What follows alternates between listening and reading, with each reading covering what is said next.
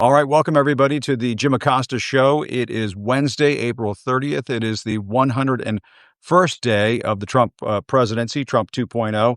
But it's just another day that ends in Y. He is trying to shift the blame for a shaky economy, tanking stock market, and recession fears to, you guessed it, Joe Biden. I'll talk about that a little bit later on in the program. And we'll continue to assess the first 100 days of Trump 2.0 with Congressman Robert Garcia and historian Julian Zelizer in just a moment. I have Mike Fanone joining us in a few moments as well. But first, an update on one of the more troubling Trump appointments, and that is of Ed Martin for U.S. Attorney in Washington, D.C., a critical job of prosecutor for the federal government in the nation's capital. Martin, as we've talked about on this program before, is a right-wing kook and election denier. And here to discuss is a former prosecutor, former assistant U.S. attorney in that office in Washington, D.C., and that is Dan Toomey. Dan, thank you so much for being on the program. Happy to be here. And Dan, I guess it's important to point out, I've had folks on this program, people like Mike Fanone, who's going to join us in a few moments, to talk about Ed Martin. I guess it's important to point out Ed Martin is the interim U.S. attorney in Washington right now. That's correct. Yeah. He is scheduled to come up, I would say probably within the next 20 days for a determination of, whether or not the Senate Judiciary Committee follows our strong recommendation that they hold a public hearing with witnesses, so that his malefactions can be aired before they vote, and they can vote 12-10 to send his nomination to the full Senate. Yeah. And Dan, you and other former assistant U.S. attorneys in that office, you've sort of banded together to try to stop this nomination. And that's what you're in the process of doing right now. We are. Friends of mine, contemporaries of mine, have had a call every Friday for the last 4 years since COVID. And when we learned about Ed Martin's nomination and his utter lack of any qualifications, and the fact that one of his first actions was to fire something like 12 assistant U.S. attorneys, and then to take 9 supervisors and demote them to the lowest level office in the U.S. Attorney's Office, merely because they had worked on the January 6th cases. Right. We knew we had to do something. Yeah. And for folks who need a refresher course on Ed Martin, here's the latest reporting on Ed Martin. This is in the Washington Post. A top Senate Democrat accused Ed Martin of dodging or giving false answers to questions by a committee weighing his nomination as Trump's pick to serve as U.S. Attorney in D.C., such as by claiming he hadn't seen photographs of a man he praised who had posed as Adolf Hitler and made statements supporting Nazi ideology. Senator Durbin, the top Democrat on the committee, this is again according to the Washington Post, said in a statement that in answering roughly 500 written questions by committee members, Martin makes a number of false statements that are easily debunked and dodges at least 80 questions outright. Among the questions Durbin posed, and I want to ask you about this, Dan, was whether Martin had seen photos of Timothy Hale Cuccinelli, a pardoned January 6th Capitol riot defendant, posing as Adolf Hitler while wearing a short mustache. We should note Martin has also called Hale Cuccinelli an extraordinary man and extraordinary leader at an awards ceremony put on by Ed Martin's nonprofit group at, you guessed it, Trump's golf club in Bedminster, New Jersey. Dan, I mean, a lot of that is very troubling. I mean, first of all, that he would praise this individual in the first place, somebody who wears a Hitler mustache and espouses these kinds of views. But at the same time, somebody who wants to be the U.S. attorney just dodging and evading questions about whether he did offer that kind of praise. Well, the fact is, the reason he has dodged them is he has no good answer. And in terms of his knowledge of this fellow Hale Cuccinelli, it has also been reported that Martin, who was an active podcaster, had him on 5 times. Not only did he have him on 5 times, they talked about these events. Now, they debunked them and said that they were kind of made up and the like, but can be no question that he uh, did not know about them. So well, remember, he did not even reveal these things when he finished, when he responded to the original questionnaire. But the Yeah. point is, as we have learned so much more about Martin, this is not the first time he has deceived people. He was involved in a major scandal in 2002, 2009, when he was the chief of staff of the Missouri governor. He was involved in a scandal called um, Memo Gate, in which he claimed that there were no documents that reporters were seeking regarding wrongful activity in the governor's office. Yeah. And he told uh, the press person who got curious there were no such documents. They filed a Hmm. FOIA action. Ultimately, the action was successful, and not it wasn't one document; it was 66,000 documents. Yeah. Well, And it's and the other thing, Dan, I mean, that we should get into is, and for folks who are just tuning in, this is a former assistant U.S. attorney in Washington, Dan Toomey. He and other attorneys like him are trying to block the appointment of Ed Martin to become the U.S. attorney here in Washington, D.C. Martin has repeatedly attacked, this is according to a statement from Dick Durbin earlier this month. Martin has repeatedly attacked law enforcement officers who kept members and staff safe during the January 6th insurrection, and the assistant U.S. attorneys who were assigned to prosecute the rioters who brutally attacked the police officers. We should note, this is according to Durbin, and we know that this is a fact, this is a case, this is the case. Martin has called Michael Fanone, a 20-year veteran of the Metropolitan Police Department who was nearly killed on January 6th, a fake cop. And Dan, I'm going to bring in Mike in a second here. This is a part of this kooky sort of wacko behavior on Martin's part, where he's an election denier and a January 6th person of some type. He was apparently around that day. I mean, can you tell us about that? what we know is that he was on the grounds of the Capitol on January 6th, and he was reporting.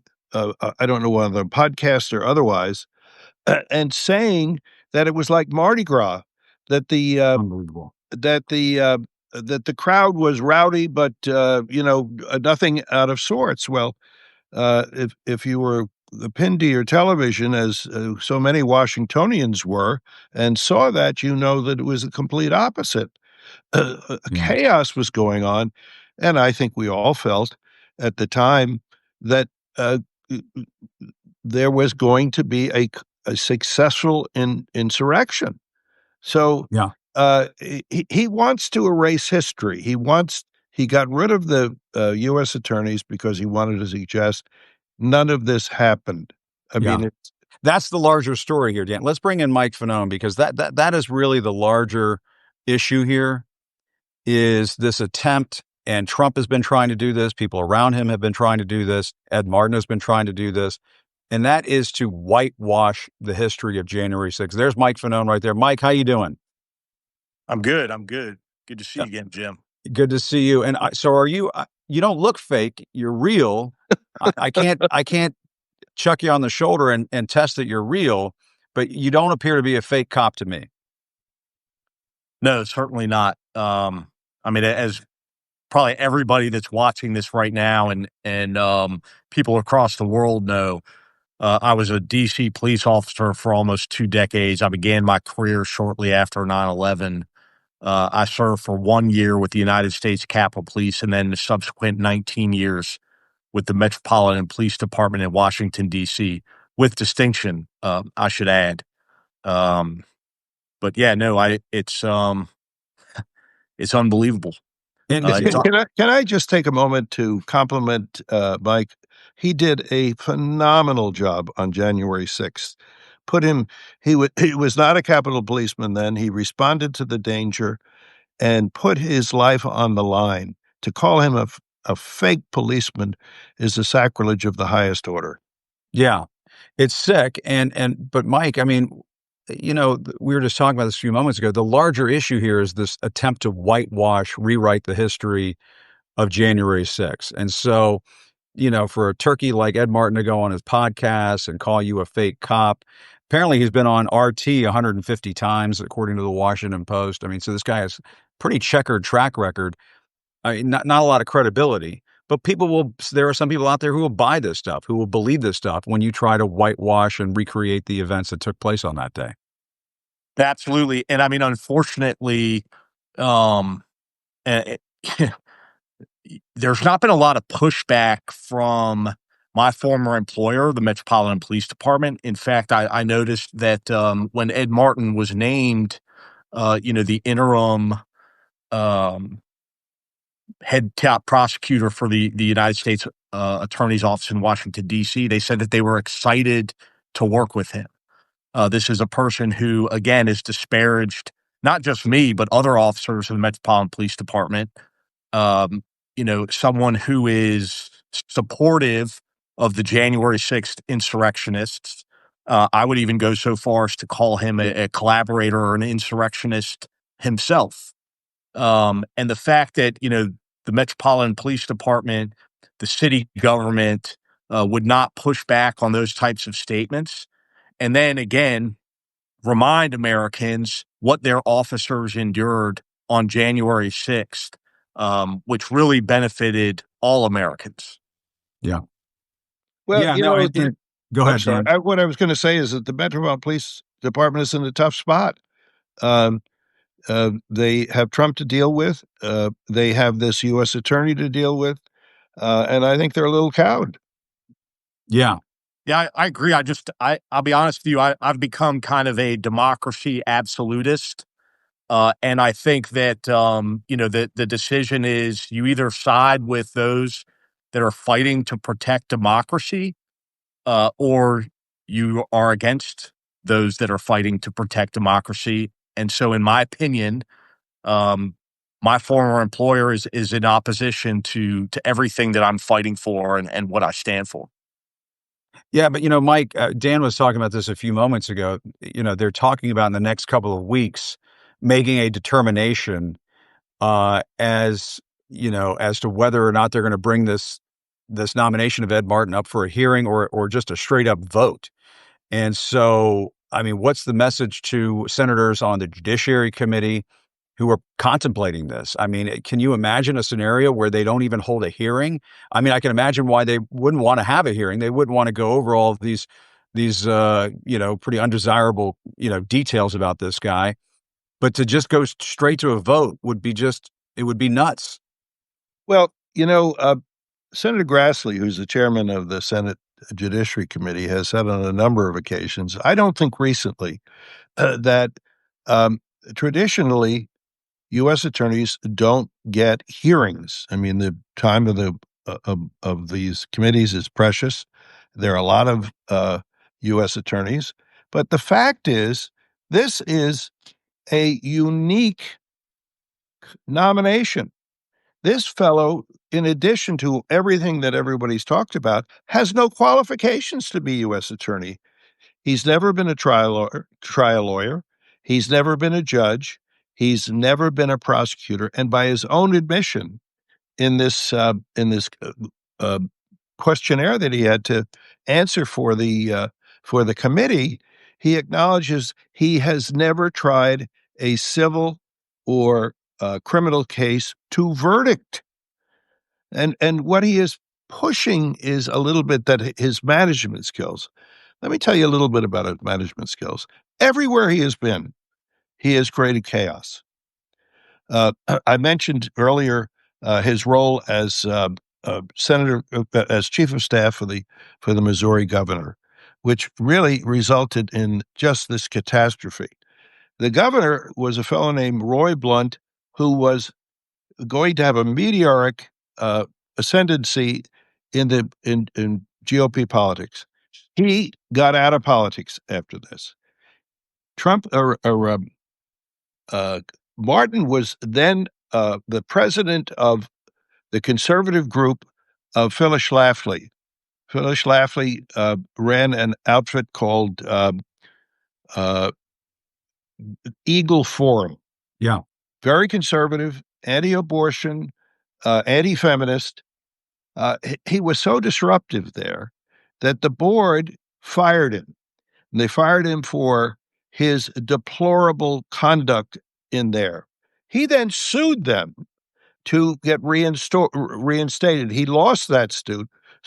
And this is the most extraordinary thing he did. He, during the lawsuit, which was in federal court, he would write social media things that you would put on the internet. Yeah. And he would give them to another person. So he would hide his identity. And they were terrible. They would say, the judge is an activist judge. He's the lowest rated judge. And who does that? And of Yeah. course, ironically, in the end of that litigation, it all came out. Yeah.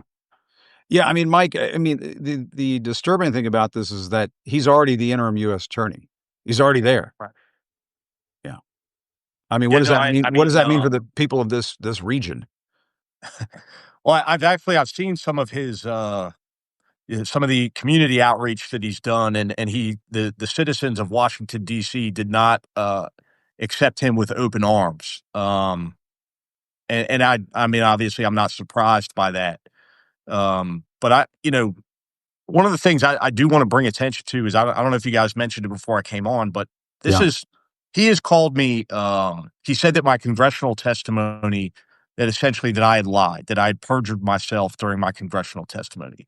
And so one of the things that I would say to these senators is, if you want to see the spectacle of Michael Fanone being tried for perjury in federal court in Washington, D.C., then go right ahead and vote to confirm, this individual.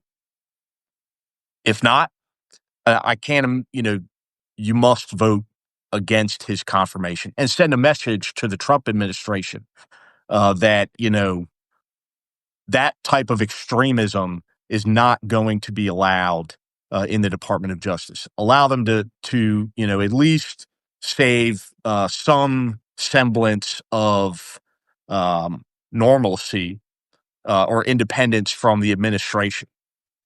Yeah.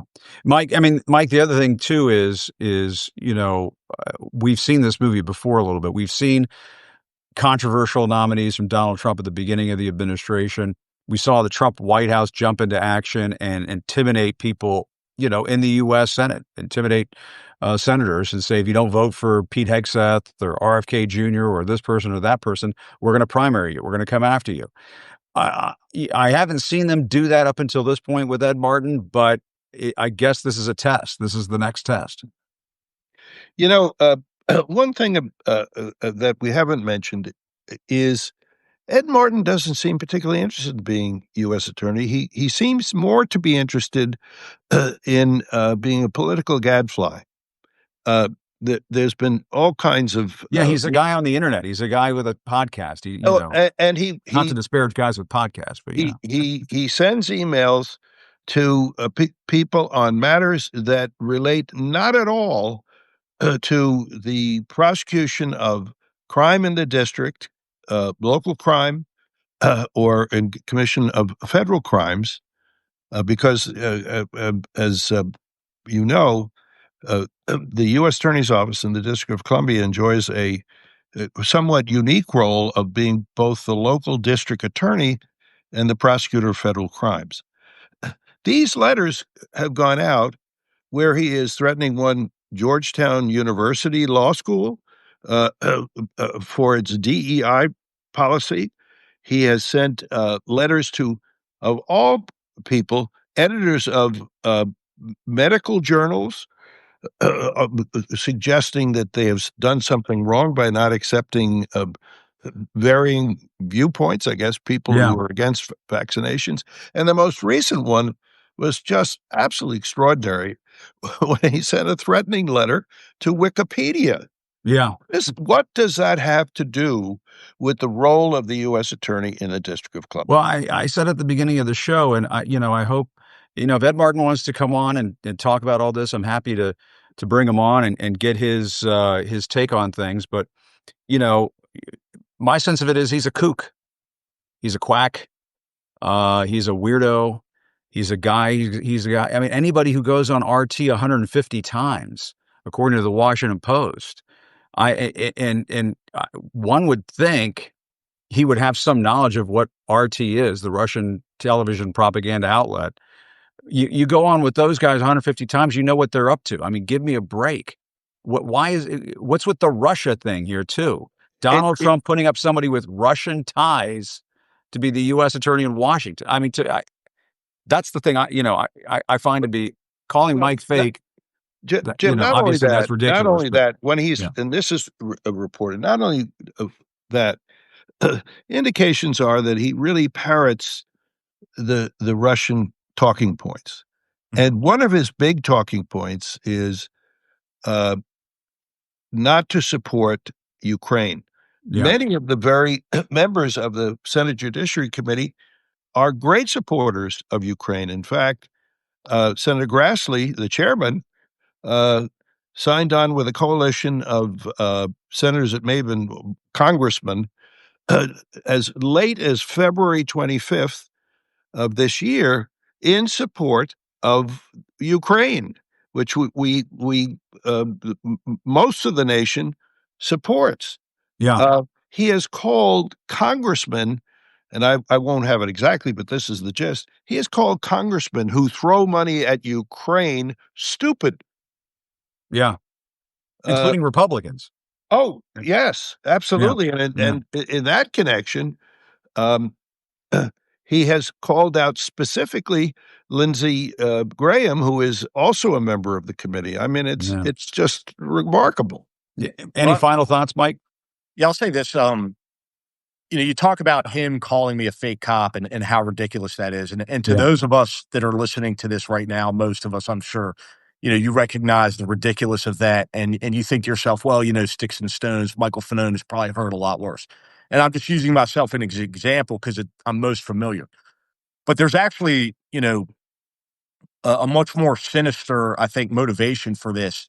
In the echo chambers that the Ed Martin podcast exists, and in the seedy cesspool that is X, there are people out there, a lot of people, who buy into these conspiracy theories that I was not a real police officer on right. January 6th, that I was a deep state plant, Yeah, that I somehow was conjured up by the Democrats, placed there nuts. specifically for this photo op. But what it ends up doing is, one, it dehumanizes me as a career police officer and somebody who served the nation's capital for 2 decades. But it allows for people to threaten and feel emboldened, and really to feel as though it's their patriotic duty to threaten me, threaten members of my family. I can't even tell you how many times threatening messages have included things like, you're a fake cop, Yeah, you're not a real cop, you're a deep state fake. And so I think when Ed Martin did that, it was intentional. And the yeah, idea was to feed these conspiracies to make people who are, outspoken quiet. yeah. Well, Well, and with all the talk out there of Trump going after people and suing them for defamation and all these ridiculous defamation suits that he has out there, Mike, I don't know. I mean, I think you might have a case. I mean, somebody calls you a fake cop. Clearly, you're a real police officer. You may be retired at the moment, but you are an actual police officer with a documented record of service at the Metropolitan Police Department. I mean, I don't know. I mean, Ed Martin might need to be a little worried about that. I'm not giving you any legal advice. I'm not an attorney. I don't want to come across as I don't want to be disbarred with I don't have a law license or anything. But that's just my personal point of view on this. But well, look, there's no question that Martin is fast and loose with the accusation and the mhm, facts.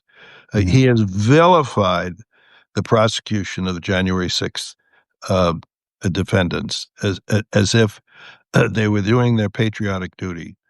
Um, the one of the other ironies is in virtually every state that we've looked at, the U.S. attorneys in the states where the members of this committee uh, are from The U.S. attorneys who are there are real lawyers, real people who have had the experience that it takes to be a U.S. attorney. He has none of that experience.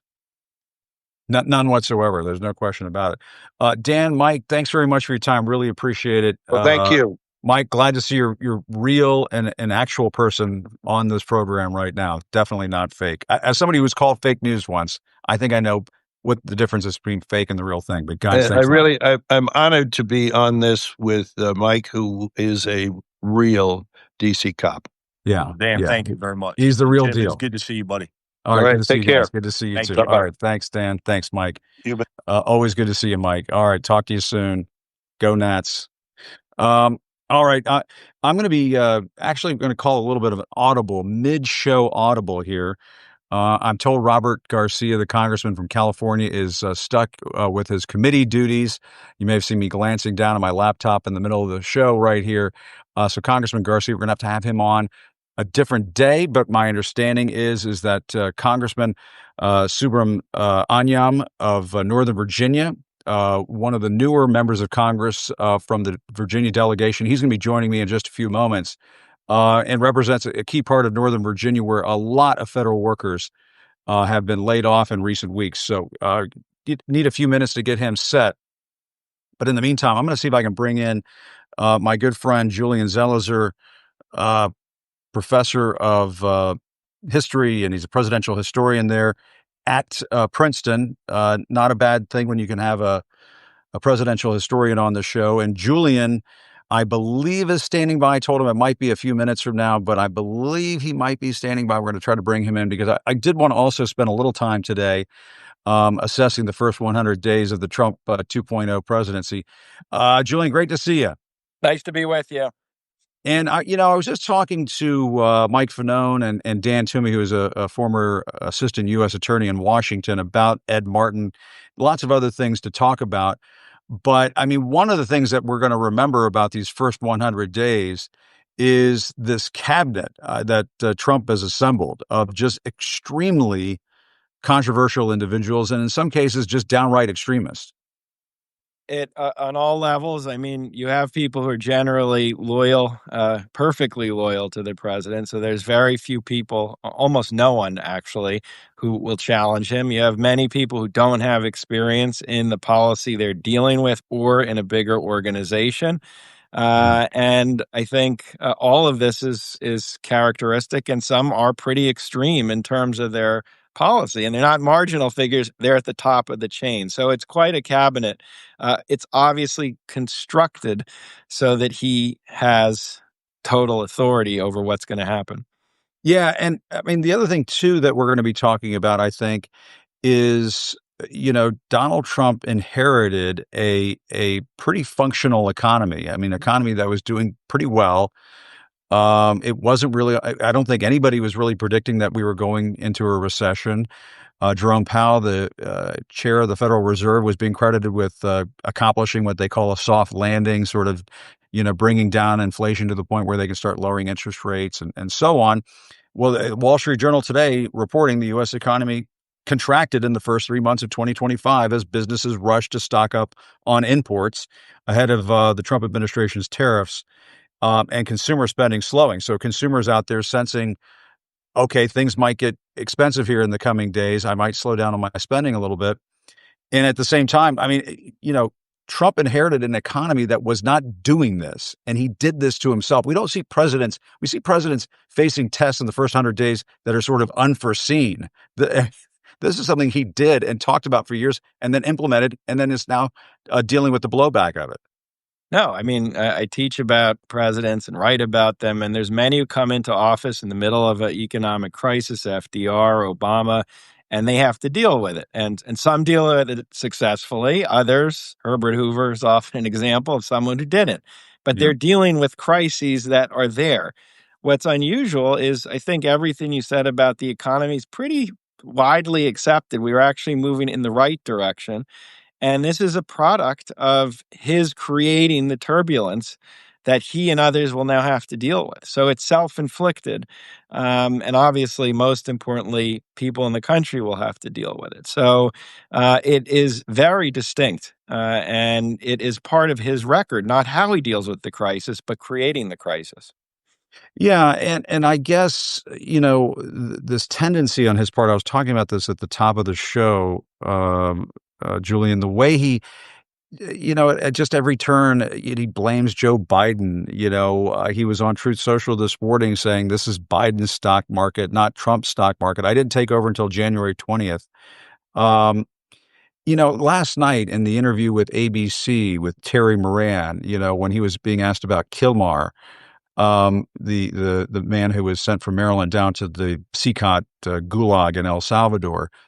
Terry Moran was asking about the photo, and Trump was saying, talking about how it says MS-13 on his knuckles, and that's clearly photoshopped. It's not.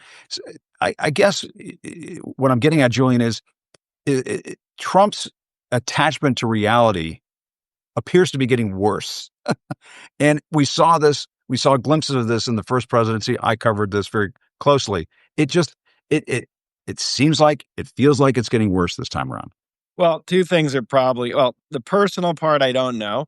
Yeah. We do know if he is surrounded now totally by groups of advisors who will say yes, yes, yes, whatever reality he imagines or wants to talk about will be confirmed. And so then many people in the room are saying that isn't Photoshop, that's the photo.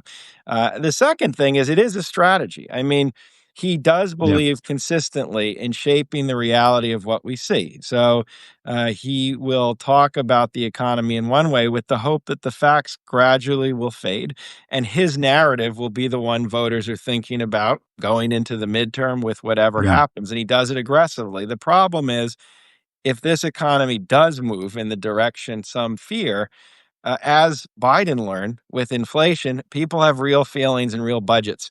And you can only talk so much around what is happening. But I do think there's a strategic element to how he governs and how he conducts his presidency in just throwing out the story that he wants so that we as voters understand what's happening through his perspective, which is usually favorable to him. Yeah. And I guess if I were to pinpoint maybe the thing that troubles me the most from the first 100 days, I mean, it's difficult because, obviously pardoning all the January 6th insurrectionists and rioters at the beginning of the administration, that's gonna rank up pretty high in his in the biographies that are written about his second term. And he did it on the first day. But the way he has gone about on this campaign of revenge and retribution, going after law firms, going after the media, that is something we've not seen from we didn't really see it that much from him the first time around. He took away my press pass. He did it here and there, but this time around, it seems to be really out in the open, and he's pretty upfront about it. This is what he's doing. The point of the concept of the 100 days, which takes off with FDR, is really to mark legislative success. Does a president have many major bills or not? And it's an artificial mark, but that is what people talk about. And many presidents invest that time, that window, before legislators are thinking about the midterms, while the public is still a little enthused about the election, to try to get that legislation, because then the window closes. Lyndon Johnson literally, after 64, wrote a schedule on a piece of paper where he marked every month and was looking for when that time would close. He has done nothing on the legislative front, almost. No major bills. Congress is working on the budget, but that was not something that really comes from him. He's focused on using executive power to go after opponents, to dismantle many institutions from law firms to universities, and to really ramp up a deportation without due process program, which is pretty dramatic. Not the deportations, we've had that, but just the absence of the due process. And finally, the one thing he has done is the tariffs. And so if we mark what did he do proactively, it will be coupled with the fate of the economy. But it's a limited 100 days, and it's unusual in how little he has really seemed to care about legislation. Right. He said he was ushering in a golden age. for the United States. And the stock market has not performed this poorly in decades, perhaps going all the way back. I think I read to Nixon, 1974. And so you're absolutely right. I mean, he came in saying he was going to start lowering inflation. That's obviously not really taking place. Julian, great to see you as always. Really appreciate it. Let's do it again soon. Absolutely. Thanks for having me on. All right. See you, Julian. Thanks a lot. Bye. And, I was telling you guys earlier in the program that we were going to have Congressman Robert Garcia. He can't make it. He is, as they say, stuck in his chairman, or not his chairman's chair, but in his seat at the committee that he serves on. But I'm very happy that we were able to find us a wonderful alternative, and that is Congressman from Northern Virginia. And I'm going to bring him in. I need to focus on his name because, as I'm sure we'll talk about here in just a few moments, he has a very interesting and unique name. And so do I, by the way. So this is not me saying anything about anybody. This is me relating to somebody and having some appreciation for it. And he's an up-and-coming star, a lot of folks think, in the Democratic Party. And I'm going to do my level best to pronounce his name correctly.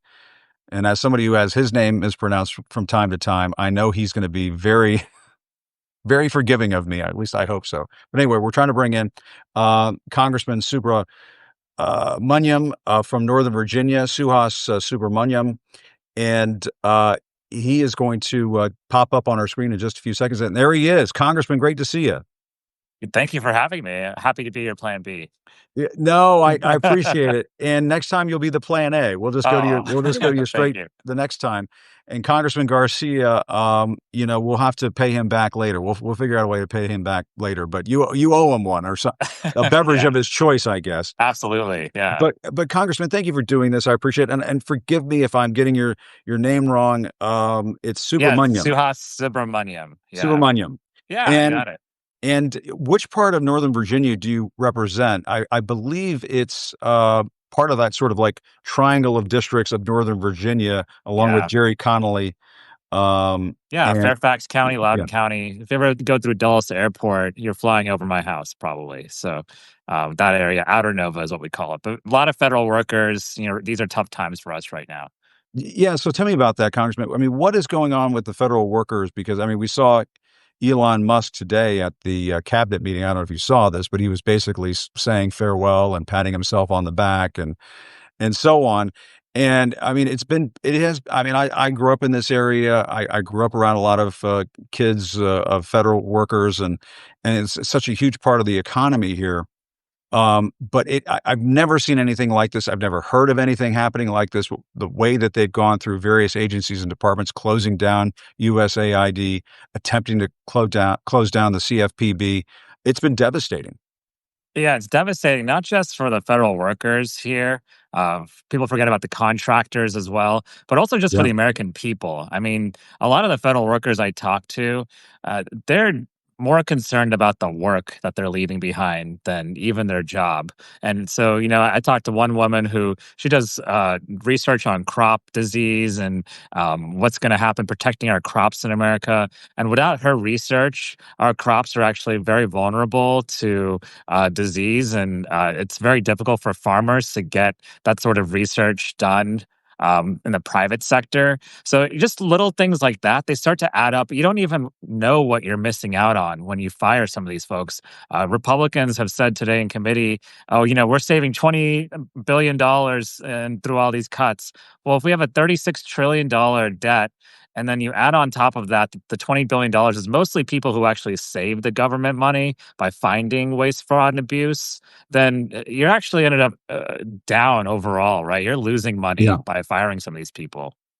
And I know that a key part of your constituency is the Latino community there in Northern Virginia, and they're very concerned, people who live in the DMV, very concerned about the situation with Kilmar Abrego Garcia, who is still being held down in El Salvador. I did want to ask you about a couple of articles regarding that case. This is according to the New York Times. The Trump administration recently sent a diplomatic note to officials in El Salvador to inquire about releasing him. This is according to the New York Times. The authoritarian government of Bukele, the leader of El Salvador, said no. This is according to sources to the New York Times. But what's interesting about this is that the New York Times also has a story today that says that Bukele has expressed concerns to the Trump administration, worried that he only take convicted criminals to the CCOT prison and not just people who have been not given due process and just shipped off to CCOT like Kilmar Abrego Garcia. I mean, he was not convicted of anything. He was just Right. deported and sent there. What is your sense of all of that? And what is going? It just seems like we're just in a corn maze, in a hall of mirrors when it comes to this case. Obviously, Trump has the ability to call up the president of El Salvador and say, "Release this man and send him home." Yeah, of course. I mean, if Yeah. if we wanted to get him back, if this administration was serious about righting its mistakes, then they would have gotten him back by now. But they're not serious about that. I think they want to make a point. They don't want to be pressured into doing anything. But really, it's not just the Latino community; it's all communities Good point. right now. I talked to many folks in the Muslim community and South Asian community who feel like they're unsafe traveling to visit family abroad, right? And so this is really difficult. And the second part, first they come for Latinos who are undocumented or here permanent residents, maybe. Next, they'll come for journalists, political opponents, right? So you have to take every one of these cases really seriously. We actually had Yeah. one a Latino man in Manassas, Virginia, who was detained. He was a Trump voter, actually. He was very much a citizen. Hmm. And they didn't even give him the opportunity at first to prove that he was a citizen. Right. So that's what we're doing now. We're rounding up Trump voters. Right. So, Wow. where does it end at this point? Right. And so I think, a lot of people are focusing rightly on this case because if you let this one go, they're just going to double and triple down on it and not fix any of the other mistakes that they're making. Yeah, and the other thing that is happening, and you touched upon it. They're talking about this man from Manassas outside DC in Northern Virginia, is that they are deporting U.S. citizens in the form of these kids who have been sent out of the country with their parents who Right. may not be citizens. And there's the case of I've been talking about this on my show. I'll talk about it again with you. He's a 4-year-old U.S. citizen. We don't know his name, a boy with stage 4 cancer. I just don't, the heartlessness, it just breaks your heart it's disgusting. It's horrifying. I've got a 3 and 5-year-old at home. I just cannot imagine what that would mean. Like it'd be permanently scarring to them to have to go through an experience like that. I mean, Yeah. what have we come to as a country if we're doing that to 4-year-old citizens? Right? That's Yeah. incredibly disappointing and shocking, really. And so I don't know why this should be a partisan thing either. I've heard a little rumblings here and there of folks on the other side of the aisle, conservatives having concerns about this. I mean, they should care about civil liberties, right? They should care about the rights of every citizen. They're worried about people coming after your guns, right? Wouldn't you be worried about people coming after you and deporting you for saying the wrong thing or being in the wrong place at the wrong time, Yeah. having the wrong tattoo, right? So that's the way I look at it is like, come join us. Let's all protect civil liberties together. Yeah. And tell us a little bit about yourself. How did you, this is your second term, I believe. Is that right? Is this your first term? This is Okay. I'm 110 days or so in. Yep. So So you replaced Jennifer Wexton, if I'm not mistaken, that's and she could correct. no longer Yes. serve, and then you ran for her seat once. So you're a freshman. You're Yeah. Yeah. brand new to all this. What's your takeaway from being up there on Capitol Hill so far? Well, I like to say if I was at home, I'd be yelling at the TV. So instead, I'm yelling at Congress here. Yeah. So I feel a responsibility to speak out. I try to go on the House floor almost every day that I can and just speak out about what's going on. There's kind of a running joke now with the folks who run the House floor. They'll say, "Well, what are you speaking about?" And I'll just be like, "I don't know yet. I just know I need to be speaking." And then we'll have a speech ready by the time I'm up to speak but it's just now is a time not to be scared. Now is Yeah. the time not to be afraid of speaking up. Now's the time to not back down from fights. I think this is important, and it's not a political spectrum thing. I have a history of working across the aisle in the General Assembly of Virginia. I'll always have my door open if there's bipartisan consensus on things, but right now, these attacks on our democracy, on people, on children, seniors, veterans. That we have to be really aggressive in speaking out about them. Yeah, and forgive me because we're doing this on the fly. Didn't get a chance to talk to you or your team before you came on, but you said you represented your district there in the General Assembly in the Virginia state legislature. Did you grow up in the Washington D.C. area in Northern Virginia? Did you spend part of your childhood and adulthood there? What can you tell us? Yeah, I actually, my parents, when they immigrated from India, came here, but then I grew up in Houston, Texas, and Okay. but I somehow found my way back over here, and was raised a good Commanders fan, Redskins fan, Okay, there but you go. Very good. Glad to hear but it. yeah, Loudoun County is a community where a lot of immigrants have come. Also, a Right. lot of people who are, were living in closer to DC have moved out to Loudoun and Prince William County. So it's a growing community. A lot of people are new here. But I've been here for about a decade, and I'll say that it's such a great community. I mean, I always brag about my district. We've got wineries, breweries, agritourism, and then you still have your suburbs and Dulles Airport. And so it's a great international community, a lot of diversity, and everyone should visit. Yeah, it's a great area of Northern Virginia. I mean, I was born at Fairfax County Hospital. Oh, okay. Grew There up you go. in the DC area. Grew up a Redskins fan, obviously a Commanders fan. And a lot of people will poke fun at somebody who's from this area and say, "Oh gosh, that's so strange. You're like a unicorn. Nobody's from this area. It's such a transient area." I think it's a great area to be from and a great area to grow up in. And I just, it just upsets me to see all of these federal workers going through what they're going through right now because so many of them, they work in very important jobs. I mean, there are people in this area who work at the CIA, work at the NSA, work at the Pentagon. My mom's parents are buried at Arlington National Cemetery, worked at the Pentagon. And, for Elon Musk and some of these folks to trash people in DC because they work for the federal government and pretend as though they don't have important jobs and send out emails that say, list the top 5 things you did in the last. How insulting. I thought that was just so insulting the way that they treated people around here, Yeah, I Congressman. had a constituent who's an oncologist for VA hospital who got that request for his 5 things. He was like, "Save people's lives." I don't know what am I supposed to say, right? And the air Right. traffic controllers too. They got that and Right. responded, but they just Exactly. didn't know how to respond. But 2 things about that. One, the federal workers here. I mean, they often take these jobs and they're lesser pay usually. They do it because they just want to serve our country and they don't care who's president really. They just want the work to continue. They want to serve the American people. Talk about someone who's working at the Social Security Administration. They just want people to get their benefits and on time, right? That's all they care about. And so I hate that there's these loyalty tests now. Yeah. There's this revenge sort of thing going on, this revenge dynamic of coming after people who worked on things that the president doesn't like or in a department that the president feels attacked him in any sort of way. So it's really unfortunate because all this work is supposed to be nonpartisan. But the second part is the Doge folks know nothing about government. I worked in the Obama White House. I was a technology advisor, but I worked a lot on government Hmm. modernization. I actually worked with what is now Doge, U.S. Digital Service. And so we actually found ways where you could do a lot of streamlining of Sure. processes, bring technology to the federal government. One of the problems was actually Congress. So the Congress was kind of in our way. We needed to update some of the statutes. And that was work I actually wanted to do. If you told me 6 months ago, what do I want to do? I'd say, try to modernize government, right? Make it more efficient. But the way they're doing this now, they're actually, making things worse and less efficient, more corrupt for sure. Hmm. And I think it's going to do lasting damage to our country.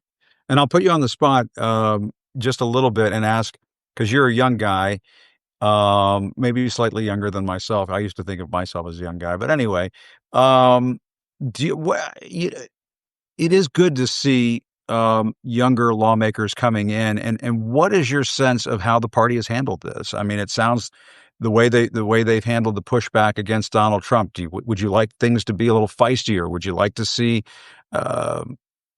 people walking out during Trump's State of the Union speeches and that's what's your style on this? What's your preference? What are your thoughts? Yeah, I think I like we have a diversity of voices in our caucus. Right now, we don't have the White House, right? And so with Yeah, Congress, you've got 200 plus members that are Democrats, and we all represent very different districts. So people have different styles and different districts. I've just tried to be authentic. Again, I didn't expect to ever be here, right? And yeah, authentic me, I guess, is pretty frustrated with this administration and wants to be a little feisty. But I'm not going to hold it against someone who's not as feisty. sure, Right. But overall, I don't even think it's like an age thing. I've seen some of older members be very aggressive and effective. And, true. and so it's not necessarily an age thing. It's more of a style thing. And I think right now, people are angry in Virginia and across the country, and they want us to do everything we possibly can. And so that's what I see as my job. Oh, well, Congressman, that's a great segue because somebody who has been very feisty over the years is Jerry Connolly, the congressman from my mom's district there in Fairfax County. And can you talk a little bit about how Jerry's doing, how the congressman is doing? We're so worried about him. He's not going to be. He says he's not running for reelection because his cancer has come back, and of course, people are very concerned about him. Yeah, Jerry's a fighter. I mean, Yeah, he is so effective, and people can't even begin to realize how much he's done. He's been historically one of the most productive members of Congress. He's found a way to be both aggressive and when it comes to pushing back on Republican policies, while still getting stuff done behind the scenes. And he passed, I think, one of the most number of legislations over the past couple of years. Like I think he has the record for most number of bills past couple yeah. of years, and among Democrats. So he's effective, he's strong, feisty, and he'll be missed a lot. And so it's really sad. He's been a mentor to me and so many other members of Congress, and I hope the best for his recovery. Yeah, I do as well. We really appreciate Jerry Connolly and thank him for what he does, and hope he continues to fight. You're absolutely right. He is a fighter, and he has been a very productive member of Congress. There's no question about it Yeah, by any standard. Congressman Subramanyam, I think I got that right. you did. Congressman, thank you. So I grew up. My legal first name is Abilio. James is my Oh, middle name, so I go by Jim. And so I was used to on the first day of school, the teacher, struggling how to say your name right and stuff like that. So I hope you don't mind me a little bit, no. getting used to it. I'll get it right every time now, from here on out. But thanks for coming in and jumping in. Really appreciate it. Thank you for having me. This was great. All right, good to see you. Thanks so much. That's the Congressman Subramanyam from Northern Virginia. Really appreciate you coming on. And sorry we couldn't get Garcia on. We'll try to get him on next time. Thanks to Dan Toomey, Mike Fanone, and Julian Zelizer as well. I did want to close out the show. I haven't done this in a while. With an edition of the Dear Leader Files. We can't close out the show without a segment of the Dear Leader Files. I don't know if you guys saw this earlier today. Trump had his cabinet meeting, and I guess Elon Musk was there and saying thanks. It was like the Bob Hope show. Thanks for the memories, or so on. Don't let the door hit you on the way out. But anyway, and Trump at his cabinet meeting was acting like the dear leader. I don't know if anybody saw this. I'm sure you saw this earlier today. And they went around the table praising him like they did during the first Trump administration, which was so. It's just it's the emperor who has no clothes. It's just so sycophantic. The groveling, the slobbering, they should have a bib. They should hand out bibs at these cabinet meetings, the way that they're just slobbering and groveling and, prostrating themselves, subjugating themselves to the dear leader like he's a dictator. And our friends over at Mediaite posted some of the lowlights. I don't know if whoever has to aggregate these things, God bless them, but apparently the Attorney General, this is the Attorney General, Pam Bondi, praised him during this session, going around the cabinet table, saying, President, she calls him President, your first 100 days has far exceeded that of any presidency in this country. Ever, I'm reading the transcript here, ever, never seen anything like it. Thank you. And then Bondi went on to say that Trump has saved, and I'm not making this up, she claims that he saved he has saved 258 million lives so far while being president of the United States. And I encourage folks to go and Google this stuff. And, I don't know. Now they're saying, hey, attaboy, Mr. President, great job. Pat him on the shoulder, shake his hand. Thanks for what you do. We really love you as president. So, okay, there's that. Okay, I get that. Presidents do that. It happens. But when you say that Trump saved 258 million lives, there are only 300 million some odd people in this country. So I only bring this up because in the ABC interview last night, Trump's talking about the knuckles on Kilmar Brego Garcia, and as if MS-13 is literally on his knuckles, when we all know that this was photoshopped. And it just strikes me as, we need to send out an SOS to all the ships at sea to please come to Washington, sail up the Potomac, and please haul off these members of the cabinet for some kind of deprogramming, cult deprogramming. Because when you are that, in the tank of Kool-Aid, where you're swimming in the tank of Kool-Aid to the point where you're saying the first 100 days has far exceeded that of any other presidency ever, and you saved 258 million lives. My God, you're the Attorney General. You have to have some dignity in your job as the Attorney General. And that kind of Kool-Aid drinking gaslighting, it just looks bad on you. Yes, Trump needs it. We understand that. He needs to be puffed up. This is what he does. He's the dear leader. But I had to reprise the segment of the Dear Leader files because this might be, maybe I need to hand out an award. The Dear Leader Files Employee of the Month. Pam Bondi, you are the Dear Leader Files Employee of the Month. I don't think there's any, I don't think it's possible from here. Well, we are at the end of the month. It's April 30th, right? So we're right. You got it right in there under the wire. The Attorney General did.